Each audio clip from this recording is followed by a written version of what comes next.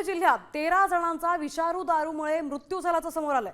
तर पिंपरी चिंचवड मधील फुगेवाडी परिसरात 2 दिवसात एकामागोमाग एक असे 8 जणांचे मृत्यू झाले, त्यामुळे खळबळ उडाली आहे। मृतांमध्ये 2 सख्ख्या भावांचा समावेश आहे। 2 जणांवर अजून रुग्णालयात उपचार सुरू आहेत। तर हे विषारी दारूचे बळी असल्याचं बोललं जात आहे। दरम्यान या प्रकरणी पोलिसांनी योगेश वानखेडेला आता अटक केली आहे। तर दुसरीकडे हडपसरमध्येही 5 जणांचा विषारी दारू पिऊन मृत्यू झाल्याची माहिती मिळते। पोटदुखी आणि मळमळ हे 5ही जणांच्या मृत्यूचं मुख्य कारण असल्याचं समोर आलंय। तर या संदर्भात थेट पिंपरी चिंचवडमधून अधिक माहिती देत आहेत आपले प्रतिनिधी गोपाल मोटघरे। आपण ऐकूया।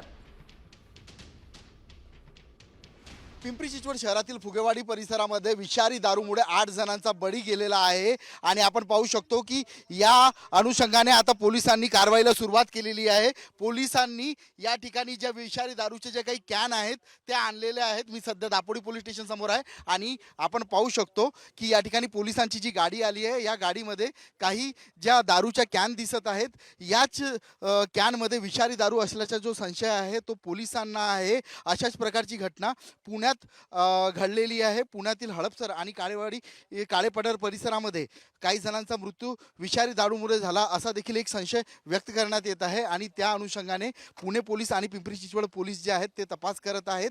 सध्या पोलिसांनी या ठिकाणी जे विषारी दारूचे जे काही कॅन आहेत संशयित ते आणलेले आहेत आणि आता हे जे कॅन आहेत हे फॉरेन्सिक तपासणीसाठी पाठवले जाणार आहेत। गोपाल मोटघरे, साम टीव्ही न्यूज, पिंपरी चिंचवड। तर यात सगळ्या पुण्यातल्या विषारी दारू प्रकरणाचा छडा लावण्यात राज्य उत्पादन शुल्क विभागाला मोठं यश आलंय। मिळालेल्या गुप्त माहितीच्या आधारे विभागानं धडक कारवाई करत या संपूर्ण प्रकरणाचा मुख्य सूत्रधार योगेश वानखेडे याच्यासह दापोडीतील दारू विक्रेत्याला अटक केली आहे। वानखेडे यानं मुंबईवरून विनापरवाना इथेनॉल आणून त्यापासून ही विषारी दारू बनवली होती। धक्कादायक बाब म्हणजे ही दारू त्यानं पुणे शहरातील दापोडी, हडपसर आणि चतुशृंगी परिसरातील 4 विक्रेत्यांना विकली होती। या प्रकरणी राज्य उत्पादन शुल्क विभागानं गुन्हे दाखल केलेत।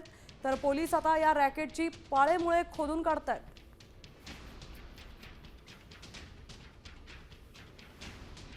तर पिंपरी चिंचवडमध्ये नेमकं काय घडलंय आपण पाहूया।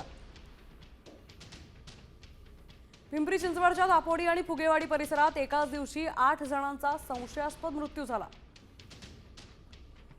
बंदी असलेल्या अवैध हातभट्टीची विषारी दारू प्यायल्यानं बळी गेल्याचा स्थानिकांचा दावा आहे। मृत पावलेले सर्व नागरिक फुगेवाडीतील अवघ्या 400 मीटरच्या परिसरातील रहिवासी आहेत। पोलिसांनी प्राथमिक तपासानंतर नागरिकांचे सर्व दावे फेटाळून लावले। तर मृत्यू वेगवेगळ्या कारणांनी झाल्याचा पोलिसांचा दावा आहे।